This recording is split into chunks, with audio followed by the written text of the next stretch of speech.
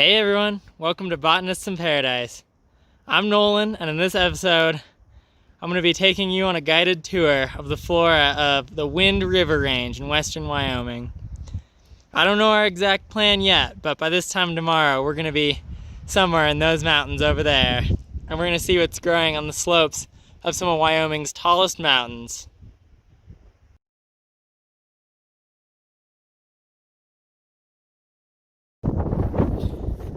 Well, we took a little unplanned detour today up to the top of Fremont Peak, which is right there.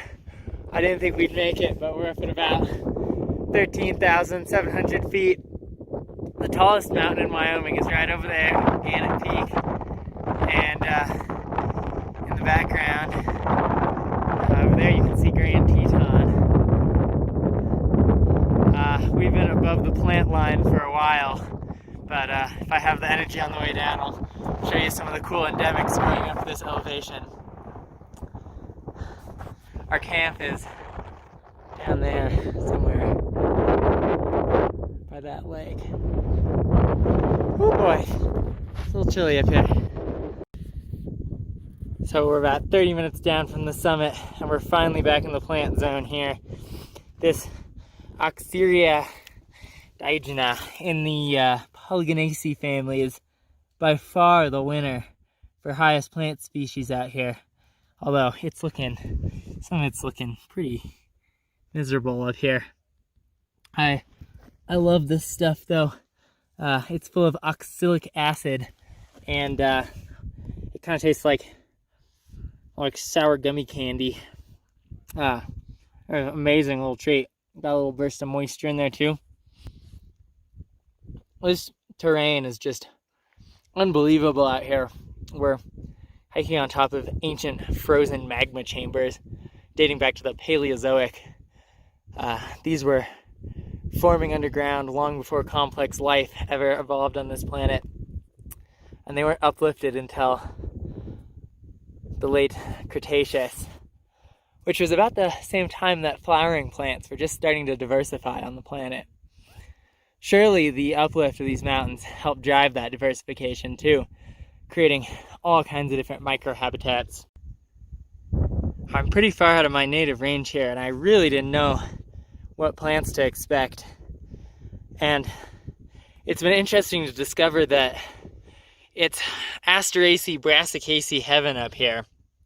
I just came across this impressive aster. It's hard to believe there's anything so showy at this elevation.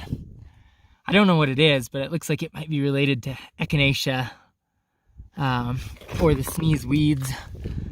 It's got this incredibly thick, woolly coating of hair all over the stems and leaves, and this is almost certainly an adaptation to the intense UV light up here.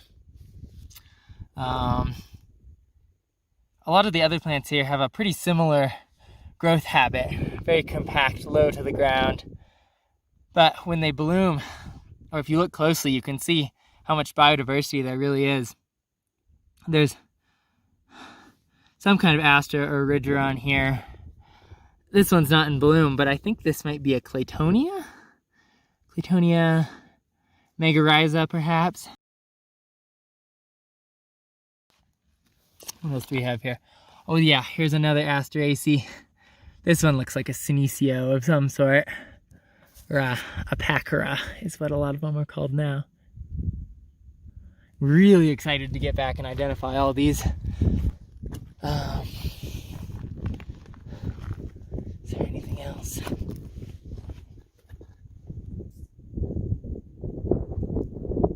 Just so cool that anything can survive up here. Here's some more of the interesting Brassicaceae here. Plants in the mustard family.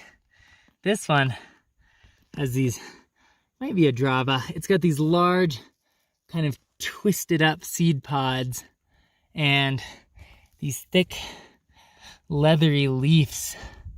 They're entirely hairless except for on the fringe.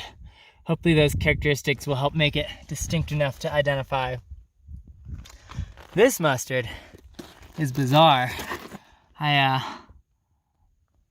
never seen one with lobed, dissected leaves like this. It's really neat. They're really, really soft, covered in a fine felty hairs. And then another mustard over here that's so small, it'd be really easy to miss. Oh yeah, there it is, right in there. I don't know if I'm gonna have a chance of identifying that one.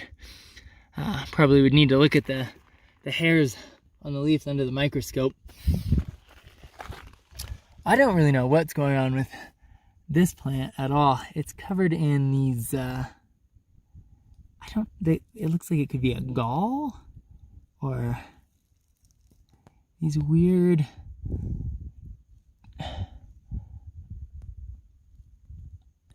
maybe some kind of parasitic fungus. It's covered in this weird smut that just wipes right off. It's gotta be a fungus of some kind. And I think it's growing out of that mustard with the dissected leaves that I just showed you. Anyways, super cool.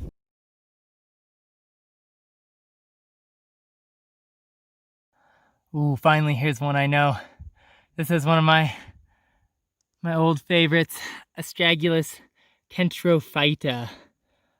It's one of the easiest ones to identify. It's the very first one in the flora of the Pacific Northwest because it's the only one with these super spiny, barbed leaf tips. It's really cool. I kind of expected to see that one all the way up to the top, but it petered out all the way down here. There's a lot here, but I'll just show you one more that I really like. This Polygonum bistortoides here, also known as sweaty socks. Despite the nasty smell of the flowers, the bulb is really tasty. It's a little round bulb that looks and tastes pretty similar to an almond. I love the little white and pink color variation in the blooms too. Ooh, talking about interesting smells here.